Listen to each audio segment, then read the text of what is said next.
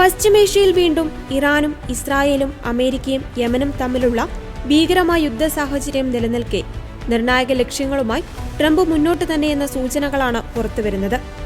അമേരിക്കയുടെ ക്ഷണപ്രകാരം നെതന്യാഹു ഇന്നലെ white house സന്ദർശിച്ചിരുന്നു. ഈ അവസരത്തിലാണ് ഗാസയുമായി ബന്ധപ്പെട്ട തന്റെ ഭാവി പദ്ധതികൾ ട്രംപ് വീണ്ടും വ്യക്തമാക്കിയത്. ഗാസയിലെ യുദ്ധം അവസാനിക്കണമെന്ന് താൻ ആഗ്രഹിക്കുന്നുവെന്നും താരതമ്യേന വേഗത്തിൽ സംഭവിക്കുമെന്ന് കരുതുന്നുവെന്നുമാണ് ട്രംപ് പറഞ്ഞത്. യുദ്ധം ഉടൻ അവസാനിക്കുമോ എന്ന ചോദ്യത്തിന് അത് വിദൂരത്തല്ല എന്ന മറുപടിയാണ് ട്രംപ് നൽകിയത്. അമേരിക്ക പോലുള്ള ഒരു സമാധാന സേന ഗാസയിൽ ഉണ്ടായിരിക്കുന്നത് നല്ല കാര്യമാണെന്നും ഗാസയിൽ നിന്നുള്ള പാലസ്തീനികളെ വ്യത്യസ്ത രാജ്യങ്ങളിലേക്ക് മാറ്റുന്നതിനെക്കുറിച്ച് നെതന്യാഹുവുമായി ചർച്ച ചെയ്തതായും ട്രംപ് അറിയിച്ചു. ഇതിനിടെ US ഗാസ പിടിച്ചെടുക്കുകയും ഇവിടുത്തെ 20 ദശലക്ഷം ആളുകളെ മാറ്റിപ്പാർപ്പിക്കുകയും ചെയ്യുമെന്നും ട്രംപ് ആവർത്തിച്ചു. ഗാസ പ്രധാനപ്പെട്ട ഒരു റിയൽ എസ്റ്റേറ്റ് പ്രദേശമാണെന്നും തങ്ങൾ അതിന്റെ ഭാഗമാകുമെന്നാണ് കരുതുന്നതെന്നും ട്രംപ് പറഞ്ഞു. അതേസമയം ഹമാസിന്റെ കയ്യിൽ നിന്നും ബന്ദികളെ മോചിപ്പിക്കുവാനുള്ള പ്രക്രിയ തുടരുകയാണെന്നും ട്രംപ് കൂട്ടിച്ചേർത്തു.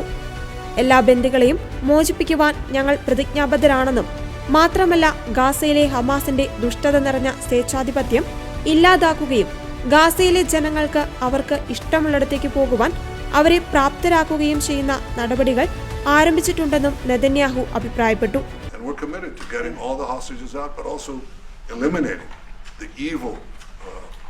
tyranny of Hamas in Gaza and enabling the people of Gaza to freely make a choice to go wherever they want. I mean, they should have that choice.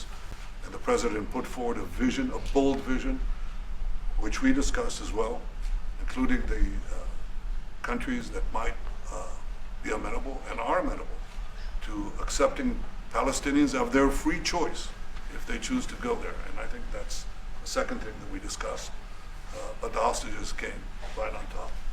ഗാസയുടെ ഭാവിയെക്കുറിച്ചുള്ള US പ്രസിഡന്റിന്റെ ധീരമായ കാഴ്ചപ്പാട് ഇരുവരും സംസാരിച്ചതായും കൂടിക്കാഴ്ചയ്ക്ക് ശേഷം ട്രംപും നെതന്യാഹുവും ഓവൽ ഓഫീസിൽ മാധ്യമപ്രവർത്തകരോട് പറഞ്ഞു.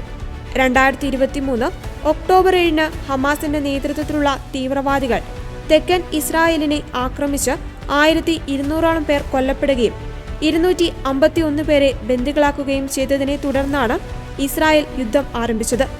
അതിനുശേഷം ഇസ്രായേൽ ഇതുവരെ 50,000-ലധികം പാലസ്തീനികളെ കൊലപ്പെടുത്തിയിട്ടുണ്ടെന്നാണ് പാലസ്തീൻ വൃത്തങ്ങൾ ചൂണ്ടിക്കാട്ടുന്നത്.